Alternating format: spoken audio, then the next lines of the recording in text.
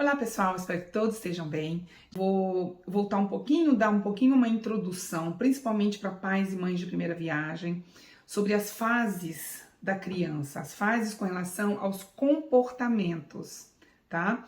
E aí a gente vai linkar ao autoestima de novo, né? Então eu estou aqui nessa série onde eu estou trazendo os vídeos falando sobre o autoestima da criança, sobre como que nós, pais e educadores, podemos ajudá-los a construir essa força interior, esse bem-estar interior com eles mesmos.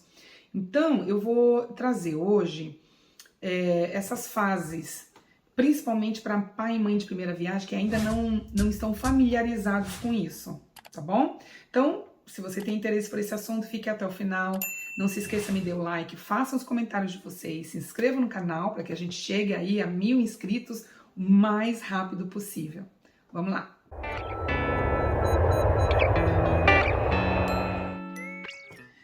Bom, eu aqui na minha creche, para quem está aqui pela primeira vez, eu tenho uma creche aqui na minha casa. Eu moro em Sydney, na Austrália, trabalho com crianças há 10 anos, tenho minha creche há mais ou menos 8 anos.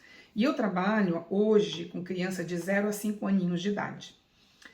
Então eu vejo, principalmente, o que mais me chama a atenção são pais e mães de primeira viagem que ainda não conhecem muito bem as mudanças que vão acontecendo com os bebês deles e com as crianças deles, tá? Claro que pai e mãe que já tem 2, 3, já tá no quarto, o filho já sabe, né? Mas o primeiro é que dá essa sensação assim, meio de não entender muito bem o que está acontecendo, às vezes até sustos, porque você nunca passou por isso, né? Então vamos lá. Se você é pai e mãe de primeira viagem, eu peço que você ouça um pouquinho, depois se quiser colocar aí qualquer comentário, se tiver algum educador também me assistindo, né? Educador ou educadora que queira me corrigir, fique à vontade. Pela minha experiência até hoje, dos bebês que chegam comigo, eu comecei a receber bebês, o mais novo com 6 meses. Na verdade, não, desculpa, o mais novo com 8 meses. Eu vou ter este ano uma primeira minha de 6 meses. Tudo bem, a diferença não é grande, é de 2 meses, mas há uma diferença muito grande em termos de comportamento, né? Bom, a primeira coisa que esses bebês fazem, gente, que eu vejo que os pais não entendem muito bem, é quando a criança consegue ouvir o som da própria voz. E aí elas começam a testar. Aí elas gritam, aí elas começam a falar alto, e aí chega uma hora que elas adoram, porque eu penso, né, que elas devem pensar assim, nossa, eu consigo chegar nesse tom. Então é normal. Eu já tive assim, mãe pedindo para mim, Cris, será que tem alguma forma de você fazer com que a minha criança, meu bebê não grite tanto? Eu falo, olha, desculpa, não tem. Não tem como, porque ele não entende direito e muito pelo contrário. É uma fase que o bebê tem que fazer mesmo, eles têm que praticar isso, né? Só que, claro, com o tempo, né, dependendo das situações, é automático. A gente mesmo coloca eles no braço e dá algum brinquedinho para eles pararem de gritar, a gente desvia a atenção deles. Mas não tem como eu dizer, ah não, tudo bem, amanhã o bebê não vai gritar mais. Não existe isso, né? Então isso é a primeira coisa. A gente tem que entender que eles estão descobrindo o corpinho deles. Então, com 8 meses, 9 meses, às vezes até menos, eles já começam a dar aqueles gritinhos, o que é normal, né? Segundo, passando disso, eles começam a ter a noção das mãozinhas. Eles já sabem as mãos e os pés, porque isso a criança descobre normalmente entre 5 e 6 meses. E aí eles começam o quê? A pegar as coisas e jogar. E isso muitas das vezes é muito cedo, né? Que o bebê começa. Aí eu vejo muitos pais reclamando, né? Ah, essa criança, ele tá numa fase que tudo que ele pega ele joga. Realmente é normal, gente. A criança tá praticando ali, ela tá vendo que ela consegue fazer e ela vai fazer. Vai chegar uma hora que não vai ser mais tão novidade mais, né? Apesar de que aqui a gente tenta controlar, claro, né? E a gente tenta dar o mínimo possível para a criança, para o bebê, coisas que ele vá se machucar, mas Se são as bolinhas ou os brinquedinhos próprios deles, eles jogam mesmo. E não tem muito o que fazer, né? Com o tempo, conversando, esperando eles crescerem um pouquinho mais, para eles terem mais entendimento. E aí sim isso vai diminuindo até que chega uma hora que eles não precisam fazer mais isso. Empurrar os coleguinhas é a mesma coisa. Da mesma forma como eles descobrem que eles podem jogar um material, eles descobrem que eles também podem empurrar alguém, né? E, obviamente, que eles não fazem isso por mal. Então, cabe a nós, de novo, a gente evita o não. Eu faço assim, quando um deles empurra, eu olho para o que empurrou, pego a mãozinha e falo, olha, o melhor é cuddle, é fazer carinho, que eles chamam aqui em inglês de cuddle. Então, ou eu passo a mãozinha dele no meu cabelo, ou eu pego do coleguinha que ele empurrou e passo no cabelinho do colega, mas eu não faço aquele escândalo, não pode, imagina, que não sei o quê, sabe?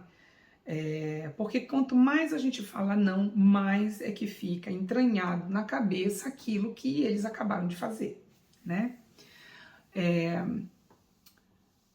Testar é o próximo passo.